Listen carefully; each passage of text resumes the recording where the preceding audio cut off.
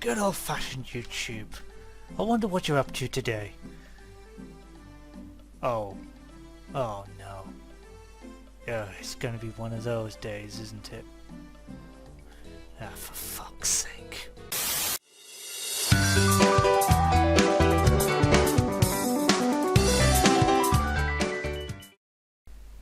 Hello everyone and welcome back to VoxelTron Gaming with me, VoxelTron, and today, MatPat, you got some explaining to do. Seriously, mate. I love your stuff, but seriously, this shit is impotent, if not lazy. So I got back to the internet after a pretty much 4 or 5 week hiatus to find this shit has happened. Now I just want to state for the record that I am neither pro TF2 nor pro Overwatch at this point in time. I like both games have ridiculous shit in them, and both have things that are wrong, ultimately. But MatPat, I'm gonna call out shit where there's shit due, and this is shit. You see this? What is this? What is that? Come on, MatPat, you can do better than this. That's not even the right game, MatPat. But yeah, I'm going to go through this entire video in fucking detail. So without further ado, enjoy me ripping a new arsehole like the other 250,000 people before me, because I'm 2 weeks late.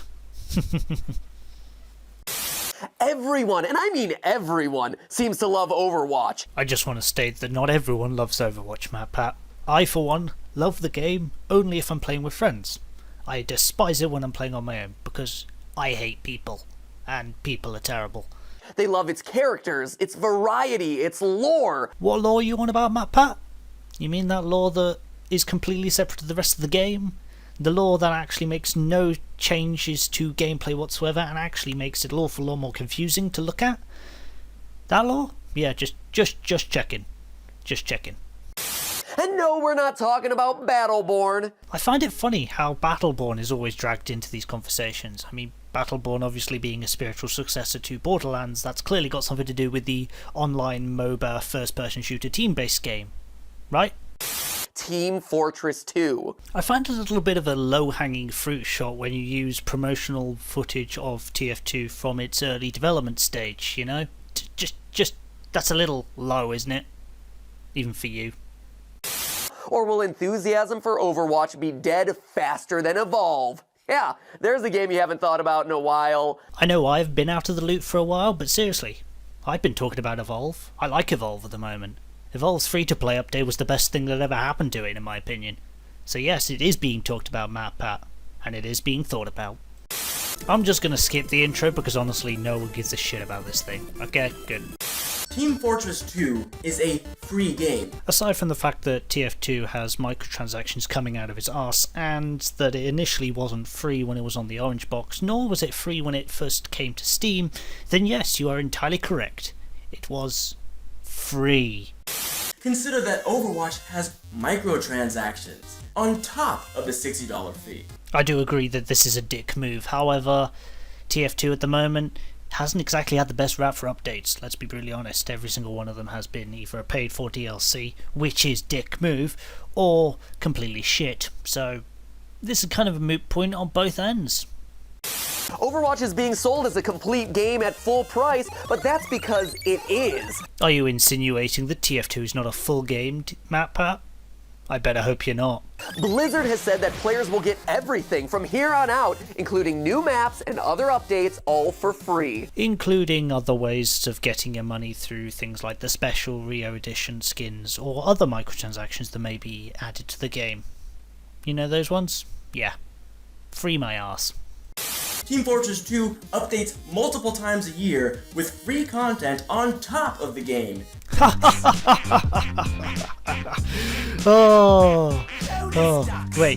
Wait, you're serious?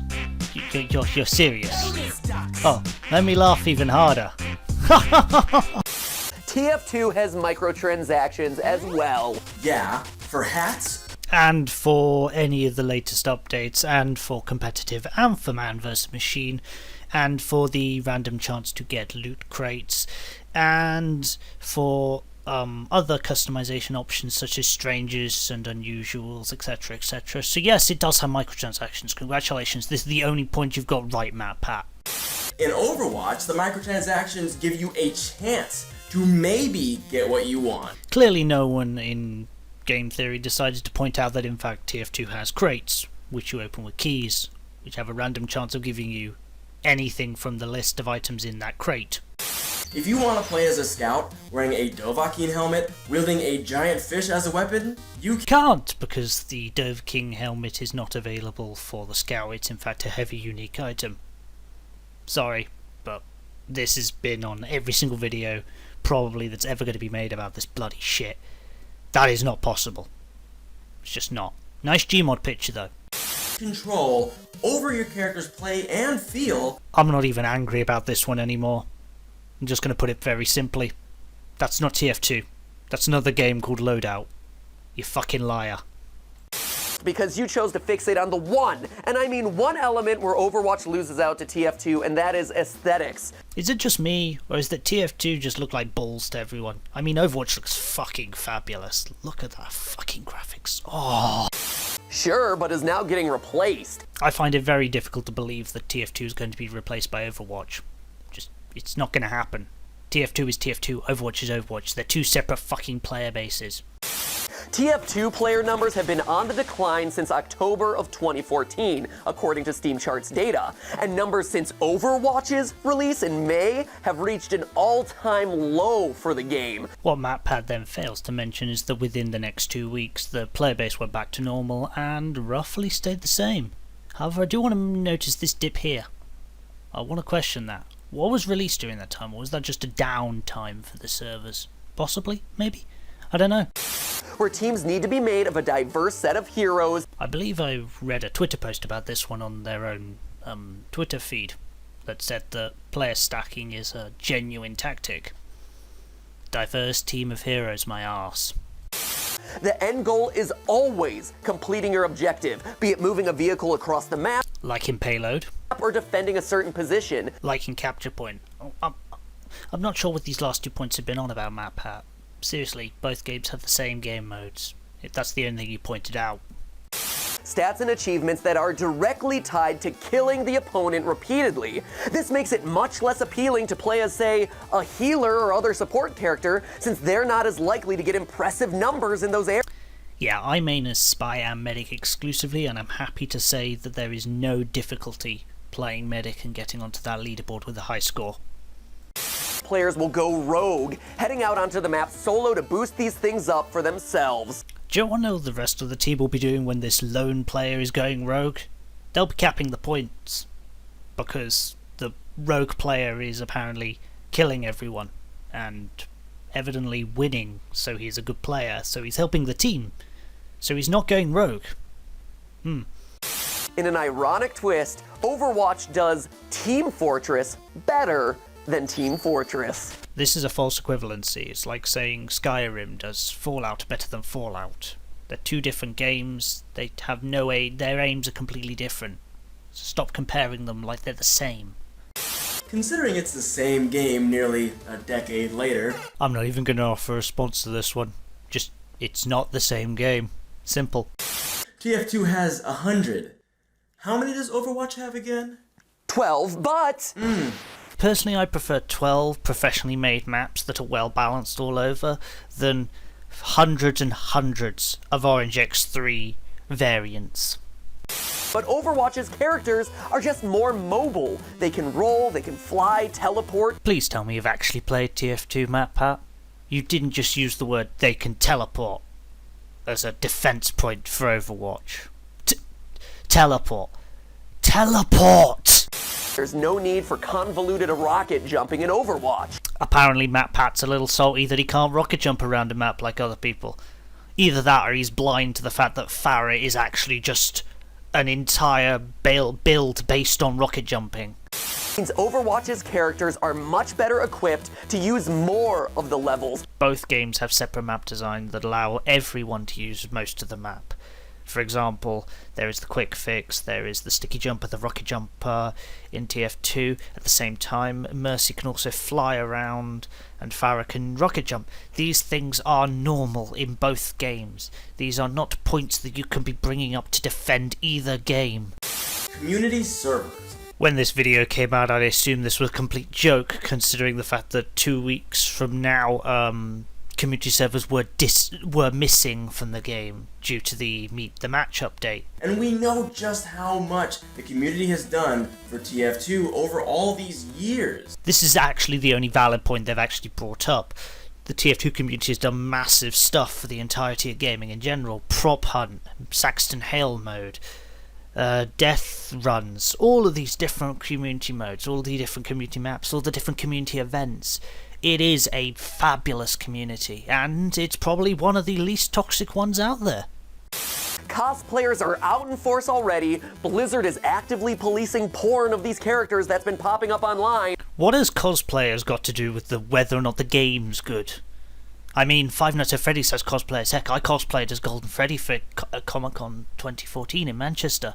But it doesn't make the game any better. And more to the point, what does porn actually got to do with it? Seriously. It's like, that's bad. That's complete creative disaster. Granted, some of it's completely stupid, but why stop someone drawing something? That's stupid. If they're drawing it, it's because they like the game and they want to show it off in that light. Doesn't matter whether or not it's questionable. Free world, mate. Free world. I just want to point out this entire map issue is completely moot point due to the fact that if you play via the casual mode and not via a community server, you have to actually sit through the map as well, and you actually get penalised for leaving as well, so this point is moot point. Okay, moving on. TF2 just has more modes to pick from. That includes Team Deathmatch. I'm sorry, what? Can you say that again, please? Team Deathmatch. Just one more time, please? Team Deathmatch. Team Deathmatch. Team Deathmatch. No, I'm sorry. Team Deathmatch does not exist. Instead you have Arena, Capture the Flag, Competitive Mode, Control Point, King of the Hill, Man vs Machine, Manpower, Pastime, Playload, Player Destruction, Special Delivery, Territorial Control, and Training Mode. For all these things, including all the community modes that you can possibly play, but you know, I'm sure you get confused between Call of Duty, Overwatch and TF2. I'll give you the benefit of the doubt. Overwatch's emphasis on characters countering other characters means that it's going to stay fun for a whole lot longer. So according to you, the engineer does not counter the scout, and the spy does not counter the engineer, and the pirate does not counter the spy, and the soldier does not counter... Oh, for fuck's sake. Because the core mechanic of the game is getting good with multiple characters and switching when the situation demands it.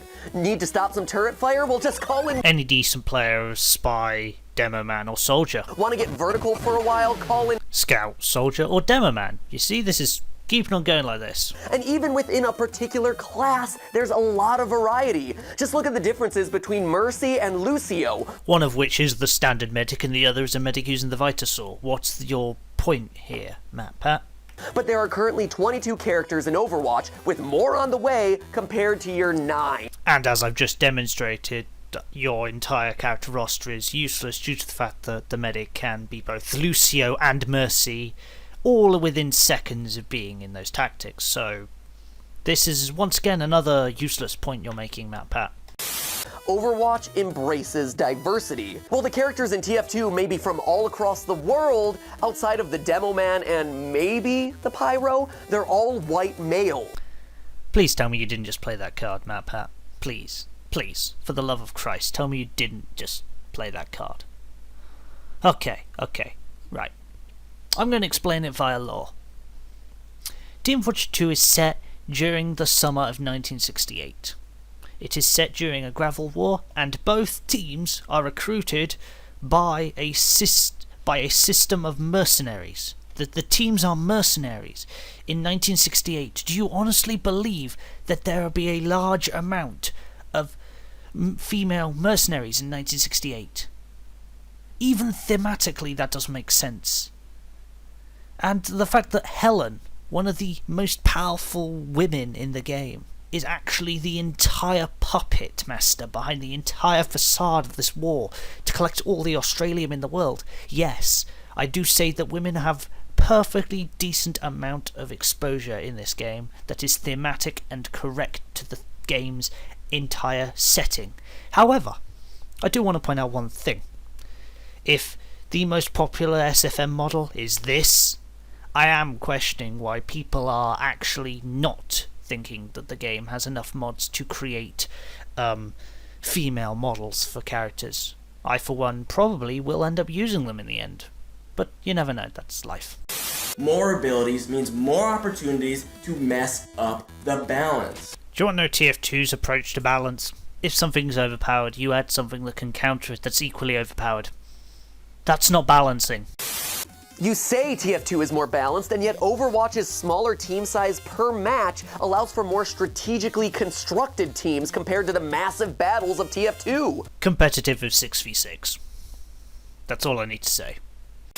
Means that it has a higher potential skill ceiling for the hardest of hardcore players. I have roughly 3,000 hours in TF2 spanning over multiple years and accounts. Do you really think that TF2 does not require skill and does not have a skill ceiling for hardcore fans? I'd like you to go 1v1 with me as Spy, please. 1v1 me, bruv. 1v1 me!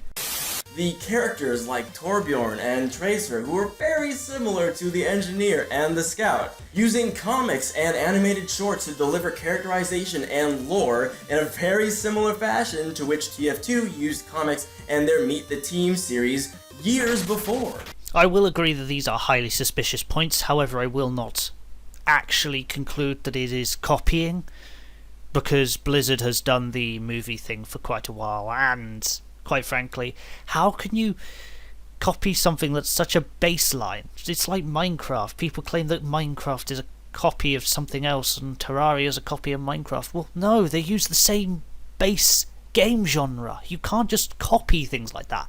There is an engineer. There will be a fast-moving, scouty person in a team-based game like this. There will be a healer. These are things that are set in stone, and just because they do the same design ideas and the same tactic designs on their front end doesn't mean that they copied each other on the other end. Personally, I like to see it as more of a throwback, an inspiration, a homage to Team Fortress 2. Overwatch accepts the fact that TF2 is actually its grandfather, and in the end, that's all I need. I'm going to put my closing statement over MatPat's because I think it's completely useless to listen to, but I will state this. The games are brilliant. Both games are good. One's 10 years old now and the other's only just come out and is showing its face to the world that it's come out to. And it's brilliant. I love it. It's another game. It's another time. It's another chance for another type of thing to go further on. However, there are too many people obsessed with its competitive side. Too many people obsessed with esports that talk about it. Too many people that obsessed with its ranking order and its prestige things and its other high order, high competitive side of playing. And we've got to remember that it is actually just a game. It's something to have fun. It's not something to complain over. It's not something to feel annoyed over. If you feel annoyed about it, it's wrong. Something's wrong with your game if you're having no fun because it's getting frustrating to win. And that's not good for anyone, especially people playing the game. The way TF2 works is that it has this competitive side, but at the same time, you can have the fun side, you can have the pee around, you can have the slightly odd moments as a hoovie or as a demo with the sticky launcher with an explosive hand grenade as a melee weapon, and it works. Both games are completely different games. Both games will always be completely different games, but both games cannot be compared. I like TF2, I like Overwatch, and I think that's what needs to happen. You can't say which is better. It's like saying which is better, Minecraft or Terraria. You don't do that. I'm excited to see where Overwatch will end up, regardless of where the people that are going to be making it go with it. And so, I give them all the best luck, and I just hope that they don't fuck it up like they always do. Because the game industry is game industry, and the game industry is the worst. That's simply my closing statement. So, thank you very much for watching my opinions on this fucking shit. Goodbye everyone, and have a good evening.